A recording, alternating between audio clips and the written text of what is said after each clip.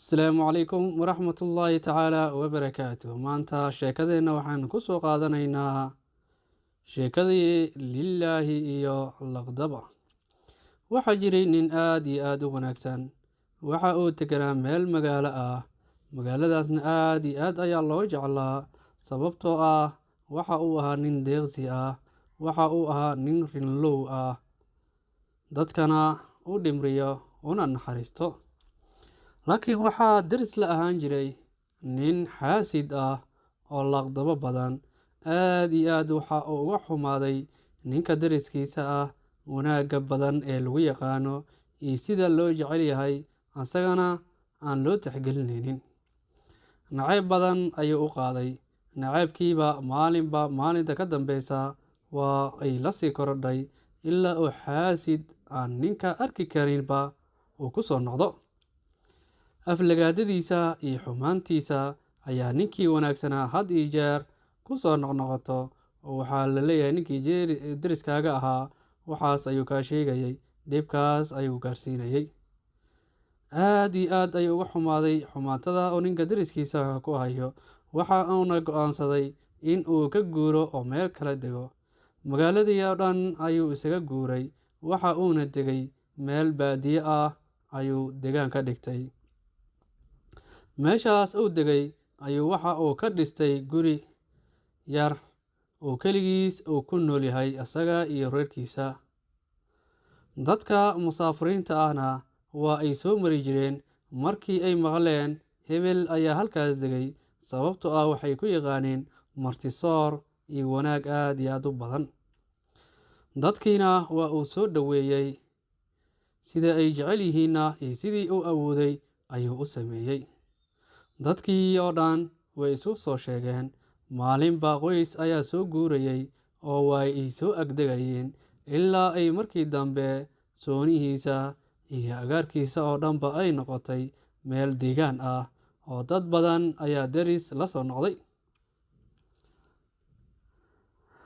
Intaas ugama uusan harin ninkii xaasidka ahaa, oo waxa uu maqlay ninkii saaxiibkiis ahaa marna oo deriskiisa ahaayeen in uu meel baadiye ah degay.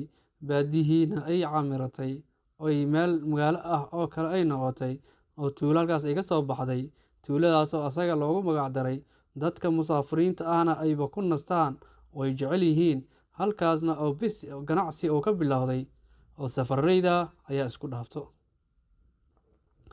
Xaasidkii arrintii ayuu u dulqaadan waayey, oo waxa uu sameeyey ayuu garan weysanaa, oo asagoo magaalada joogo ayuu ammaantiisa necbaaday. Haddana baadiye markuu tegay, ammaantiisa iyo samaantiisaba kor ayay u soo baxday. Maalinkii dambe ayuu u qasday, oo waxa uu soo aaday ninkii deriskiisa ahaan jiray, saaxiibkiisna ahaan jiray ee tuulada iska degay. Waa u imaaday ninkii saaxiibkiis ahaana. Ninkii uu ka soo guuray oo ka daba imaaday markii uu arkay, kama uusan caroonin. Waa uu soo dhoweeyey oo si farxad leh ayuu ku soo dhoweeyey. Maalintii oo dhan ayay sheekaysanayeen, sheeko farxad leh ayay sheekaysanayeen. Laakiin ninka daacadda ah asaga waxay ka ahayd si daacad ah oo xumaan uma qarsaneen. Laakiin ninka kalena waxa u qarsanaa xumaan ayaa u qarsooneed. Waxa uu yidhaahday niyow saaxiibkaygiiyow, waan ka xumahay wixiina dhex maray, waana kaa raali gelinayaa. Haddana akhbaar ayaan kuu wadaa. Asagana waxa uu yidhaahday ii sheeg akhbaarta aad ii wadid. Waxa uu yidhaahday dadkan masaakiinta ah ee ku soo daba kacay ayaa arrinta aan kuu sheegayo ina maqlayo, ee ina kaxeey isii sagooti, anigu waan sii baxayaa, adigana isii raac, akhbaartana aan kuu sii sheegay. Intii ay sii sheekaysanayeen ayaa waxa ay ku yimaadeen meel ceel ah. Ceelkaasoo intii uu soo socday ninkii xaasidka ahaa oo sii ilaashaday. Waxa uu yidhaahday saaxiibkaygiiyow, ceelkan biyihiisa ma macaano, laakiin daawo ayaa lagu sheegay.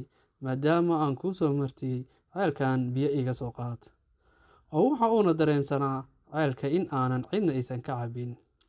Saaxiibkiisna ceelkii ayuu galay ninkii wanaagsanaa. Markii uu galayna xariggii ayuu u jaray wuuna isaga tegay. saaxiibkiis isaga oo qaylinayo, warniyahow meesha iga saar, see wax kaa yihiin, laakiin ma uusan dhegaysan oo danihiisii ayuu iska sii raacday. ninkii maalinkii oo dhan ayuu meeshaas uu ku jiray. habeenkii ayaa la gaaray. habeenkii markii la gaaray, asagana uu ceelka isaga jiro oo intaas oo dhan sharqan dhegaysanayo, ama qof ceelka kor imaado oo iga bixi dhaha ayuu dhegaysanayay. laakiin habeenkii saqdii dhexe markii la gaaray ayaa waxaa imaaday jinnigaas oo sheekaysanayo. ceelkii korkiisa ayay iska yimaadeen, wayna ay sheekaysteen. mid ka mid a jinnigii ayaa waxa uu yidhaahday, saaxiibkaygiioo ma og tahay, dadkan bini-aadamka ah shanfaroolayaashu aqli badan ma lahan, sababtoo ah ceelkan dhanaan ayay biyo ka cabbayaan. halkaas geedka salkiisa haddii ay ka wareejiyaan dhagaxa saaran, meeshaas biyo badan ayaa uga imaanayo. biyahaas aad iyo aad u macaan, mana arkaan, ceelkan ayay u soo safraan.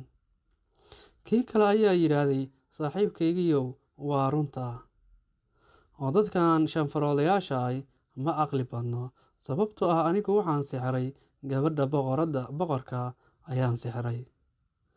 sixir aad iyo aad u weyn ayaan sixiray.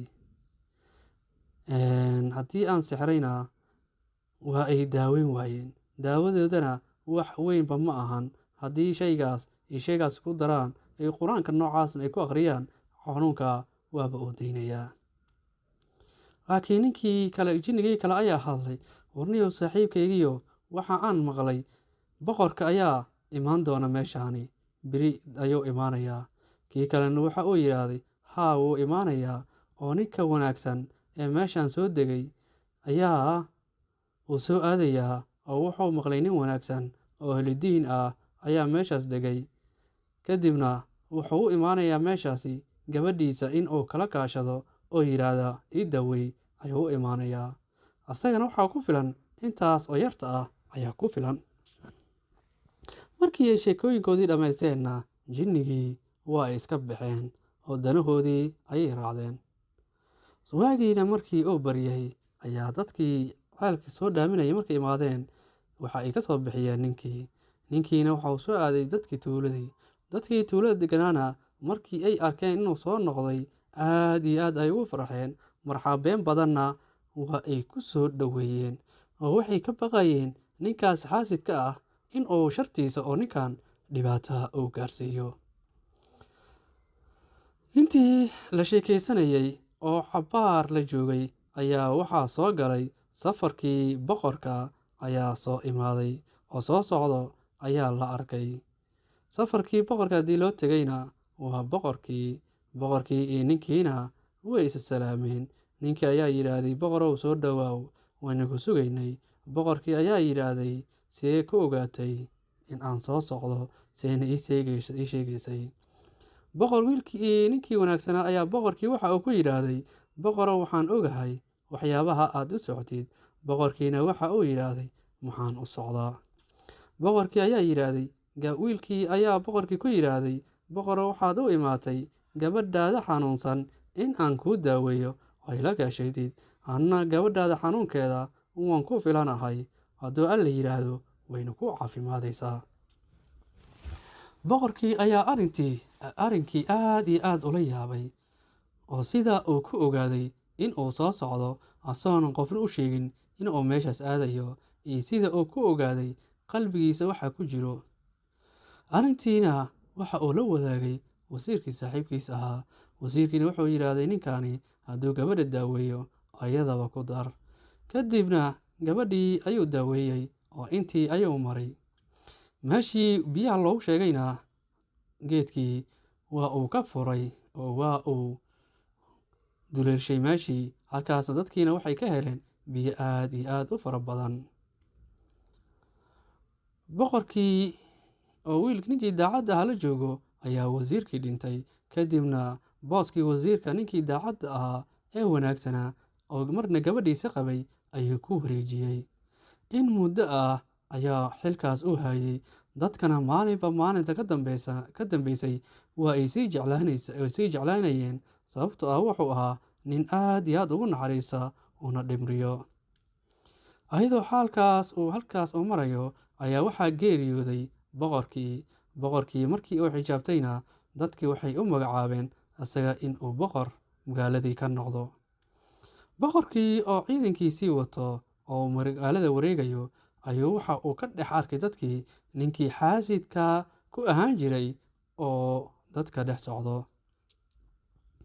ciidankiisii ayuu u wacay oo waxa uu ku yidhaahday ninkaas ii soo qabta ina keena. kadib ninkii xaasidkii ahaan jiray ayaa la soo qabtay oo waxaa loo keenay ninkii boqorka magaalada ka ahaa, marna ay ahaan jireen deriska oo saaxiibada ah ay ahaan jireen. waxa uu ku yidhaahday war ii waran xaaladaada. isagana wuxuu yidhaahday waan fiicanahay. waxa uu yidhaahday miyaad i garanaysaa? isagana waxa uu yidhaahday maya, ku garan mayo. waxa uu yidhaahday waxaan ahay ninkii saaxiibka ahaa ee deriskiina ahaa ee soo xasi jirtay kaasoo carari jiray, maalinkii dambena ceelka intii aad ku riday aad uga soo carartay. xaasidkii aad iyo aad ayuu u naxay. waxa uu ka naxay maanta heybadda ninkan ka muuqato iyo ciidanka tirada badan ee ilaalinayso iyo sidaa uu ugu gacan galay. ninkiina waxa uu ku yidhaahday aniyahow, xaasidnimada horumar marna laguma gaaro. wixii aad wanaag iyo samaan aad ku gaari weysid iyo daacad, laqdaba iyo xumaan iyo xaasidnima kuma gaaraysid. adigu waxaad damacday in aad i dishid, laakiin dilkaas aad i damacday inaad dishid ayaa waxaan ku gaaray horumarkan aadkii aad ku wanaagsan ee waxaan kaala talinayaa xaasidnimada iska dhaaf iyo lugooyada, dantaada khaaska ahna ka shaqayso. halkaas ayaanan qisadeenna maanta sheekadeenna kusoo afmeeraynaa. waynu ku mahadsan tahay sida qiimaha iyo wanaagga badan aad qisadeennada ula socotay. wabillaahi towfiiq. wassalaamu calaykum waraxmatullaahi tacaala wabarakaatu.